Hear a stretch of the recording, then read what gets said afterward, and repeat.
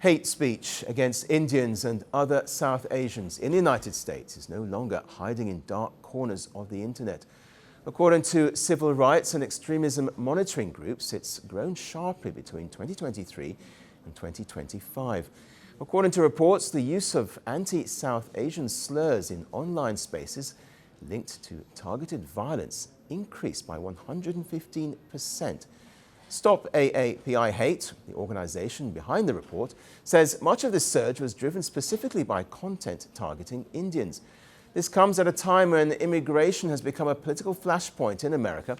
Some of the racist rhetoric centers around the so-called Great Replacement conspiracy theory.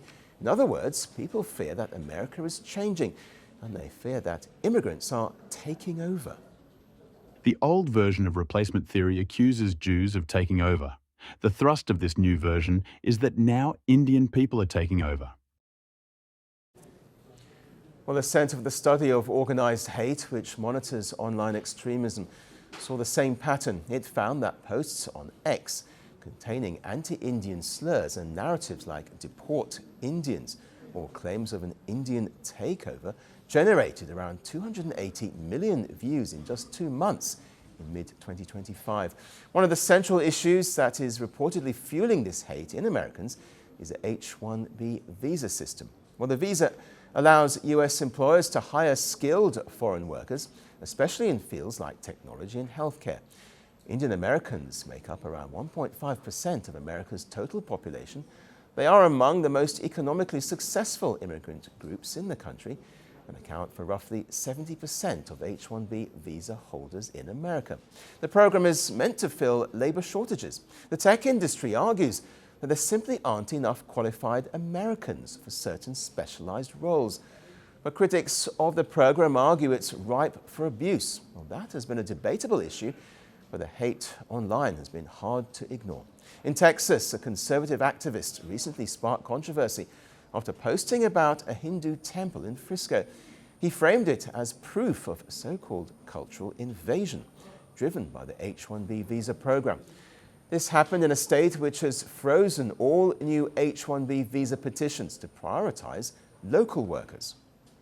What this proclamation will do is raise the fee that companies pay to sponsor H-1B applicants to $100,000. This will ensure that the people they're bringing in are actually very highly skilled and that they're not replaceable by American workers. So it'll protect American workers, but ensure that companies have a pathway to hire truly extraordinary people and bring them to the United States. In another case, a viral post claimed Dallas was being turned into an Indian city after old festival footage resurfaced and was repackaged to trigger outrage. The abuse has also reached political leaders. The US Second Lady Usha Vance was called out online, where users said she should be deported. Ohio governor candidate Vivek Ramaswamy has also faced racist attacks online multiple times from his opponents. Economists have generally found that H-1B workers boost productivity and can even raise wages for American workers. When immigration stops being discussed as policy and starts being framed as a racial threat, the damage spreads fast. The H-1B debate may be written in paperwork and policies, but online it's being rewritten in slurs and suspicion.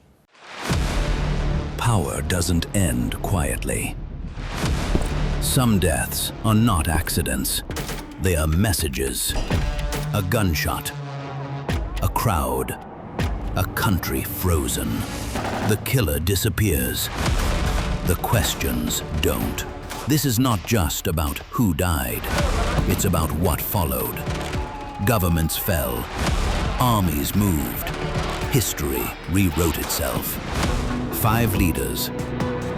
5 moments. One pattern. The assassination.